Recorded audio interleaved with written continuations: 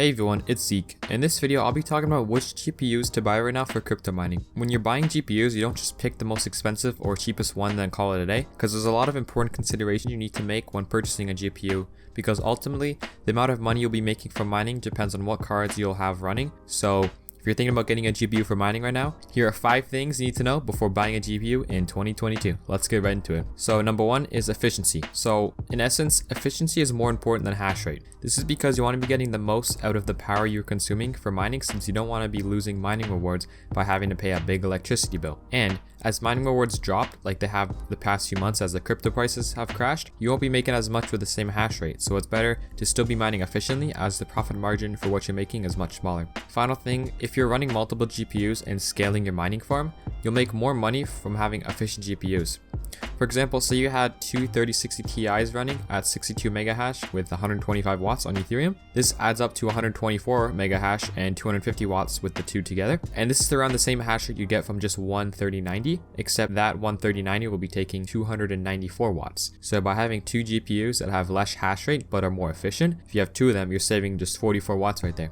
So just imagine you apply this to like a massive farm of GPUs. That little bit of power saving can go a long way. Now, if you're living somewhere where electricity is cheap, then maybe you could go for less efficient cards. It really depends. It's all up to you, but in my opinion, it's better to focus more on efficiency rather than hash rate. So number 2 is, should you buy LHR cards or just avoid them? Now, if you don't know what LHR means, it stands for light hash rate.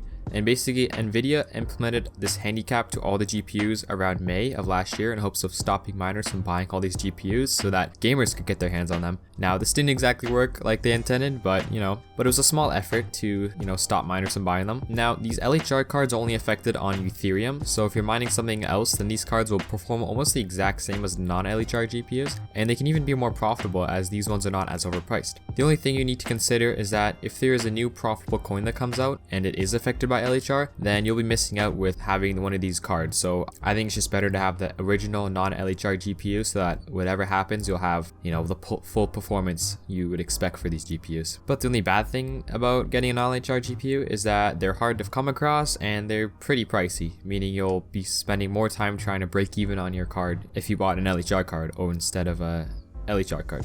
Now, if you don't know the difference between or how to find the difference between an LHR GPU and a non-LHR GPU, then basically any of the cards that came out before last year, like the 20 series and older Nvidia cards, these all have no hash rate limiters. Each one of these cards are expected to have the full performance. And then as for the 30 series cards, the 3070 Ti and the 3080 Ti are just always LHR because there's only one type of them and they're just not as efficient and powerful for mining as the non-Ti versions. And then all the 3090 cards are non-LHR. And then as for the 3060, 3060 Ti, 3070 and 3080, these cards have a full hash rate model and a LHR model. Now you can tell the difference by either looking at the box. There should be an LHR symbol, but if there's not, then you have to look at the model. So some of them have LHR in the code or V2 in the code. So if you're trying to get a non-LHR card, you really have to make sure that if you're paying more for it, you have to make sure that it has the full performance for mining. Another thing you could do is just test the GPU out, which might not always be possible if you're buying brand new. So yeah. Alright, and number 3 is, should you buy older GPUs or newer GPUs? And if you don't already know, older GPUs are generally cheaper and offer you a quicker break-even point, but they're much worse for mining than the newer cards. They're almost always used and they won't last as long as a new one. And after a year or so of mining with it to make your money back, you'll be left with an older GPU that no gamer would want to buy for you if you have to sell it. I think that if you have any older GPUs right now, then right now is the best time to sell them because the market price of them is crazy high and it's as high as it'll ever be probably. And if you do have one of these older GPUs, then you could sell it, get a lot of money for it, and then use that money to buy a newer GPU. Because think about the long term, once your GPU is eventually paid off from mining, would you rather have a brand new 30 series card in a year or two from now, or would you rather have a crappy RX 580 in 2 years from now? They're probably not going to be worth it that much to have. So that's just what I think about it. Now the only good thing about these older cards is that they're pretty cheap and affordable for most people. So if you're trying to get into mining or already have one of these older cards and just want to test it out, then these cards are good for it. But overall, the newer the GPU, the better. Number 4 is, should you buy a GPU now or wait until Ethereum 2.0 is here? So this is a tricky one because no one really knows for sure when Ethereum 2.0 is coming or if it ever will come. So you're better off just buying a GPU now instead of waiting for something that may never come, in my opinion. It is possible that GPUs will become cheaper after Ethereum 2.0, but there will still be supply shortages and gamers wanting to buy these GPUs, so I think that a lot of the cards you can buy right now will hold their value pretty well for the rest of this year and maybe next year. Any of the 20 and 30 series cards are really good for mining, so if you can get your hands on one of these now, then that's really good. However, like I said earlier, you don't want to have old GPUs because after Ethereum 2.0, the older GPUs that are good for like mining memory intensive algorithms like that of Ethereum will not do very well mining the core intensive coins like Ravencoin. I think that all of these RX 580s and 1080 Ti's will become really cheap whenever Ethereum 2.0 comes.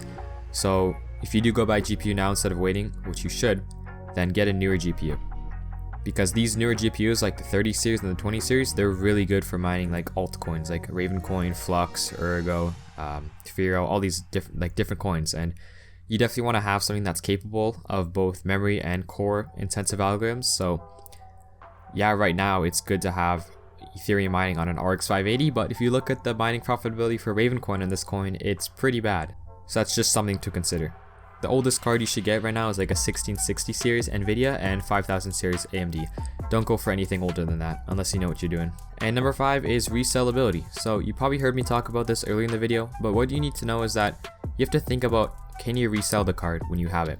Because if you're mining with it and worst case scenario it's not profitable, you can just sell the card to a gamer who wants to use it because it's, it can always be used for gamers or like developers or whatnot. Or if you ever have to like get rid of your mining rig for some reason, something comes up, then it's just good to have that like value of the card there so that worst comes to worst, you just sell it and then you get some money back for it.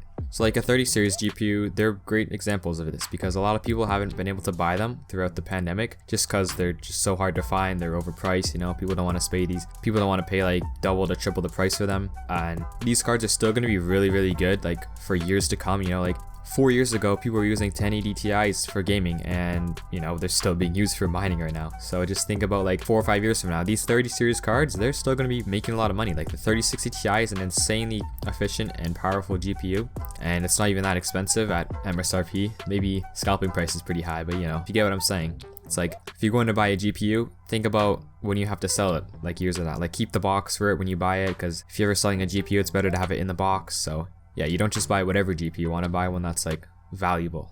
And then one more tip is that when you're buying a GPU, you need to know which kind of memory size you want for the GPU. So some of these cards, like the older ones, have 4GB models and 8 or 6GB models. So the RX 580 is an example.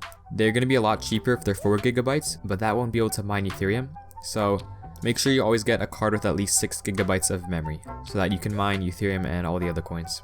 But anyways, that is the end of the video. I hope you found this helpful, and if you did, please consider hitting that like button and subscribing to see more videos like this. So thank you for watching. I hope you know more about GPUs before you go and buy one for mining right now, and I will see you in the next video. See ya.